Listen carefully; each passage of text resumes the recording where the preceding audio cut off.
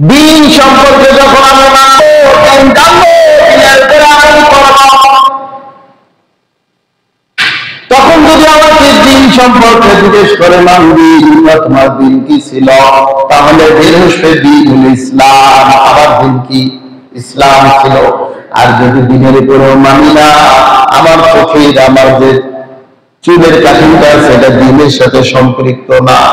প্রত্যেকটা বিষয় আমার পারিবারিক জীবন থেকে রাষ্ট্রীয় জীবন পর্যন্ত যা কিছু আছে সব কিছু আল্লাহ আর রাসূলের তরিকা অনুযায়ী করা যায়। জানেন তো কথা, প্রত্যেকটা কাজ আপনি টয়লেট করবেন, যে আস্তে আস্তে আলোচনা করবো, আপনি খানা খাবেন, ঘুমাবেন, স্ত্রীর সাথে নির্জন বাস করবেন, এটাও আল্লাহ রাসূলের তরিকা আছে। বলেন না সুবহানাল্লাহ।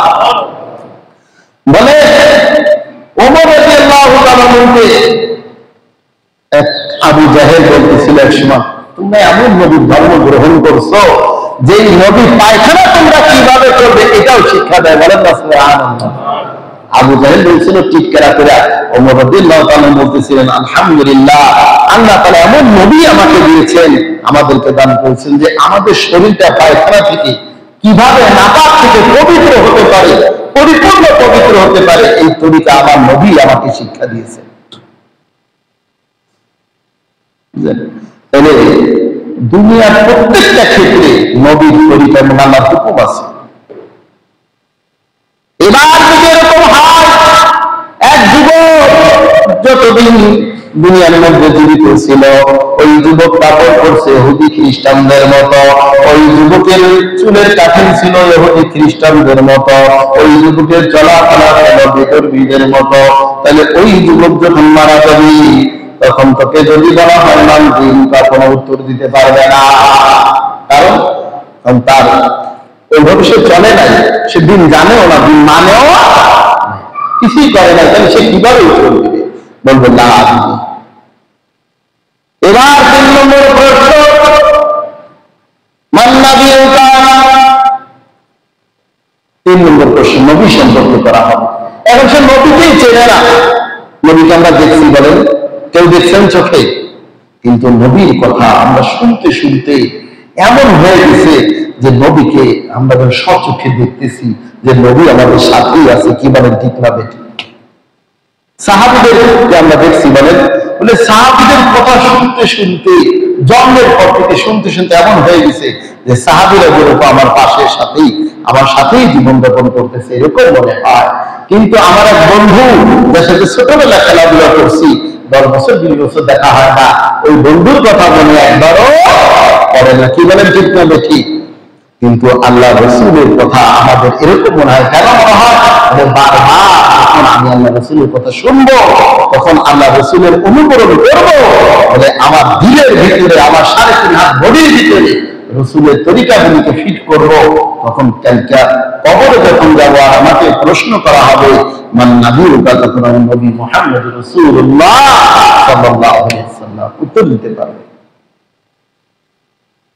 কিন্তু কোন ব্যক্তি দুনিয়ার জীবনে নবীকে মানে নাই, নবীর অনুসরণ করে নাই, নবীর কোন কথার উপরে চলে নাই, ওই ব্যক্তি বলবে না আমি তো কিছুই জানি না। ইনি কে? চিনি তো না তাকে। অনেক রাওয়াতে আছে আল্লাহ রাসূলের ছবি সামনে পেশ করা হবে, আল্লাহ রাসূলকে সরাসরি পেশ করা হবে, এই ব্যক্তিকে চেনো, এই ব্যক্তিকে চেনো, আলী হাদা মুসলিম, এই ব্যক্তিকে আমি তো এই ব্যক্তিকে চিনি না, কোনোদিন দেখিনি নাই। সম্পর্কে আলোচনা শুনতেছিলাম। আসলে মানুষ জানলে মানতে পারে, না জানলে মানুষ মানতে পারে না। সে জানেই না, মানবে কি?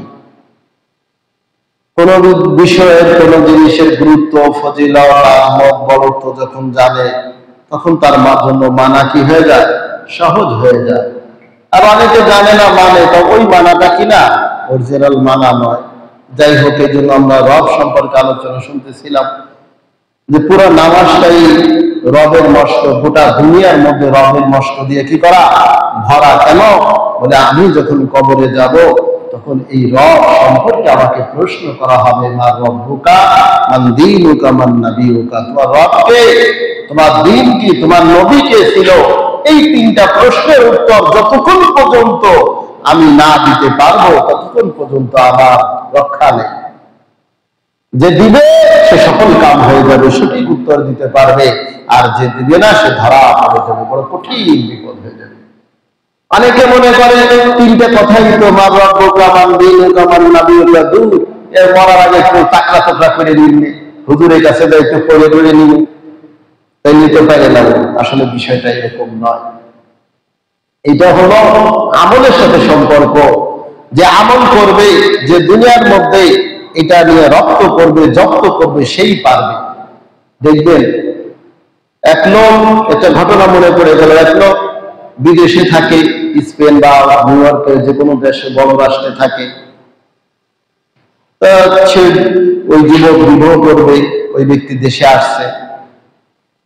তো যেহেতু নিউ ইয়র্কের মতো দেশে থাকে, তা তাকেও এরকম আলিশান ফ্যামিলি থেকে তাকে একটা মেয়ে দেওয়া হয়েছে, সম্ভ্রান্ত ফ্যামিলি থেকে। এখন জামাই ঘুমায় রয়েছে, হঠাৎ জামাই বলছে পালিশ পালিশ পালিশ। এখন বিবি বলতেছে, কি রে পালিশ পালিশ করলো কেন, ব্যাপারটা? আমাদের দেশে তো পালিশ সাধারণত কারা করে, যারা মুসি তারা কি করে, পালিশ পালিশ করে। এই কথা বলার পরে ওই রাত গেল, পরে একটু সেম ব্যবহার।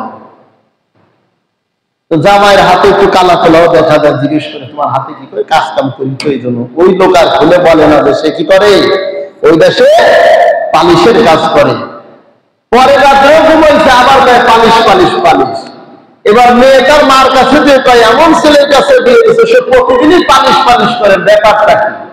তালাশ করে দেখা গেল ওই ছেলে নিউ ইয়র্কের ভিতরে জুতা পালিশের কাজ করে। তাহলে নিউ ইয়র্কে কাজ করছে, দেশে এসে পালিশ পালিশ করতেছে। সুন্দরী বড় লাগে, ঘুমায় কি পায়, পালিশ পালিশ। তাহলে সে ওখানে রপ্ত করছে, জব্দ করছে, দেশে আসা এই দুলি ঘুমের ভিতরে বেরিয়েছে। কি বলেন, ঠিক না বেঠিক? তাহলে রপ্ত আর জব্দ যদি না করা হয়, তাহলে মুখ থেকে এই কথা এক দুইবার দৌড়ানো ধারা বের হবে না। কি বলেন, ঠিক না বেঠিক? এই জন্য কবরে যাওয়ার আগে রব সম্পর্কে জানতে হবে, রবকে মানতে হবে, মানার মতো মানতে হবে। যদি রবকে মানতে পারি, জানি, রবের ইবাদত বন্দী করে দিতে পারি, তাহলে রবের প্রশ্ন যখন আসবে আমি উত্তর দেব রব্বি